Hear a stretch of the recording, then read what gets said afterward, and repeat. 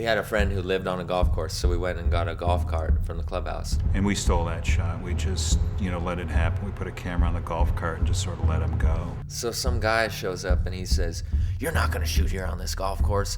And he physically tries to remove the key from the ignition, and he and I are struggling. Yeah, the security came in and they asked Monty to leave, and Monty goes, "Action, action!" if I recall correctly, that's where he backed up and hit the tree. Slammed into a tree. And he just starts going. All I could do was try to readjust the camera as best I could and hope that we were in frame. That's why when you see the scene, we're laying down like this to try to find the frame. And we're doing the whole scene right there as we're being chased. It was a disaster, but we got the shot. I mean, if you had a larger crew, you could spend all day getting that shot, and we got it in just a few minutes, just by stealing it. How did the cameraman like it when you backed into the tree with the camera? Dennis didn't care. Dennis was just glad that we were getting the shot in any fashion. It was a rental. So, there's this joke, how do you get sound effects of a fire? Use a rental microphone. It was not my intention to back up into a tree. That's just what happened. And Mom is pissed off.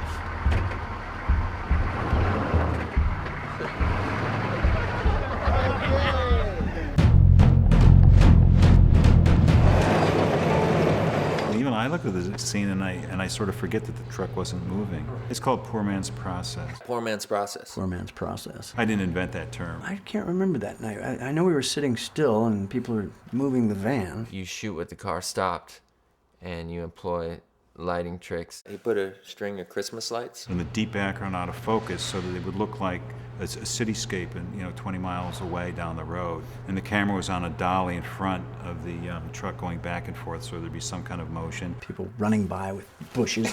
I think they were shaking the truck. We weren't really going anywhere. Somebody's got a big stick on the back. Duck down, quick!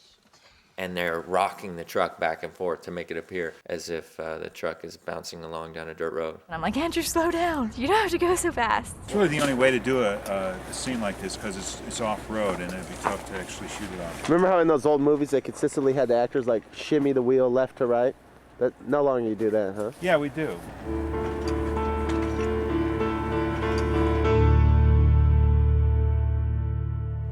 Very quiet, down speeding. We got together in LA once prior to the shoot to rehearse, and that was helpful. That was helpful in the way that we were able to break the ice a little bit between each other before the scene. Monty was kind of anticipating this scene.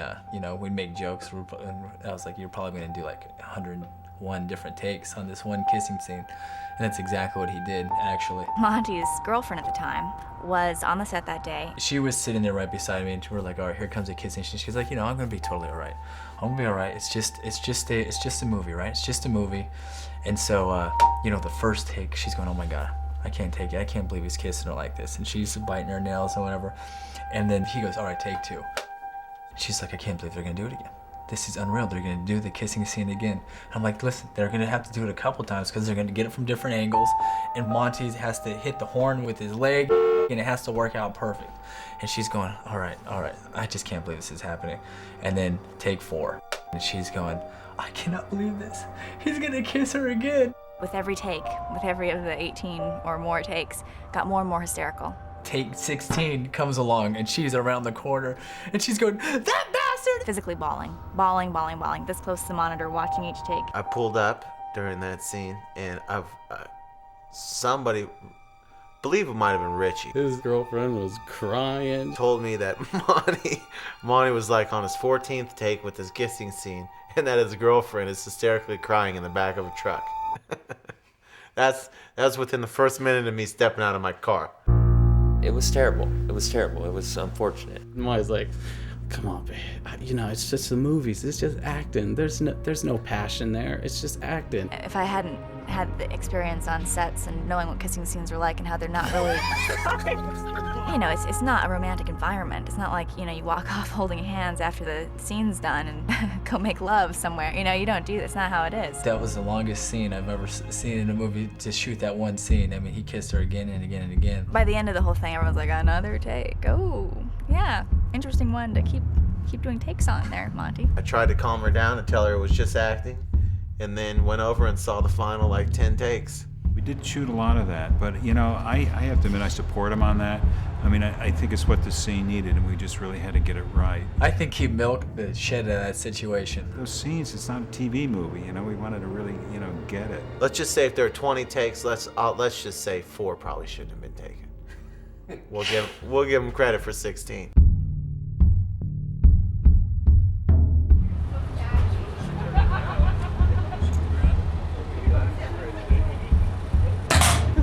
Oh, this is fun, huh? Sure.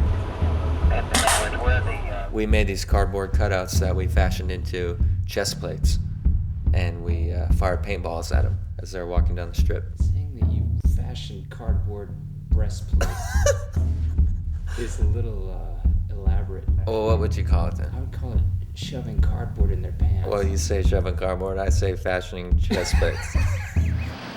All right, good. All right, action. No one got hurt. Someone had a well? Yeah. What hit? You hit him. Shane missed. He had a big welt right here, and I'm like, I'm sorry, man. I'm gonna get you this next time. Just told people to trust us. I do want to have at least one, before we hurt that kid, because the odds of you hitting that is slim. They just trusted that we were gonna hit that cardboard. That it wasn't gonna hurt. Oh, it's painful, especially in the cold. It stings. What's it like getting shot with one of those paintball things? Sucked balls. But those guys were cool. And we gave them an extra $20 since they were taking paintballs to the chest. But as long as you hit the chest plate, there's no pain. So,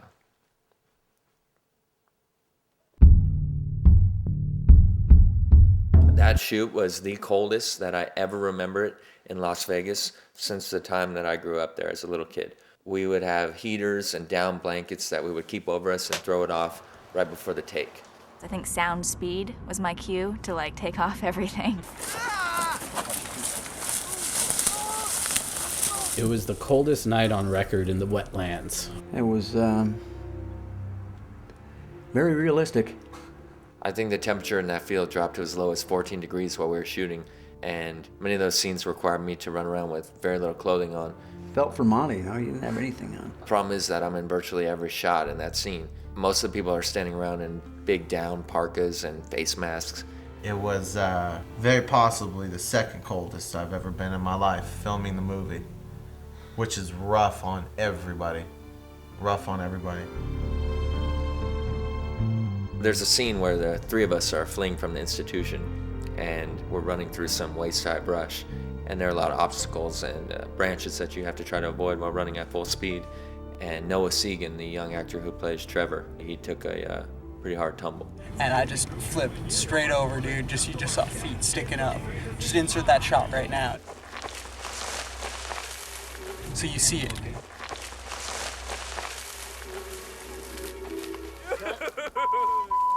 Are you okay there, Trevor? Didn't seem that big of a deal. If you really hurt, he sprung right up.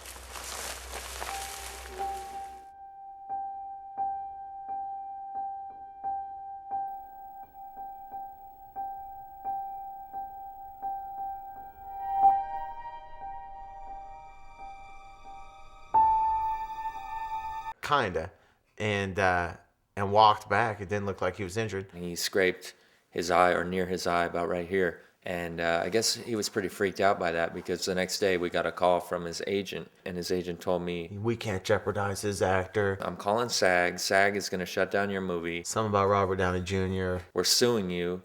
You're never going to work in Hollywood again, and you are finished." Oh, give me a break.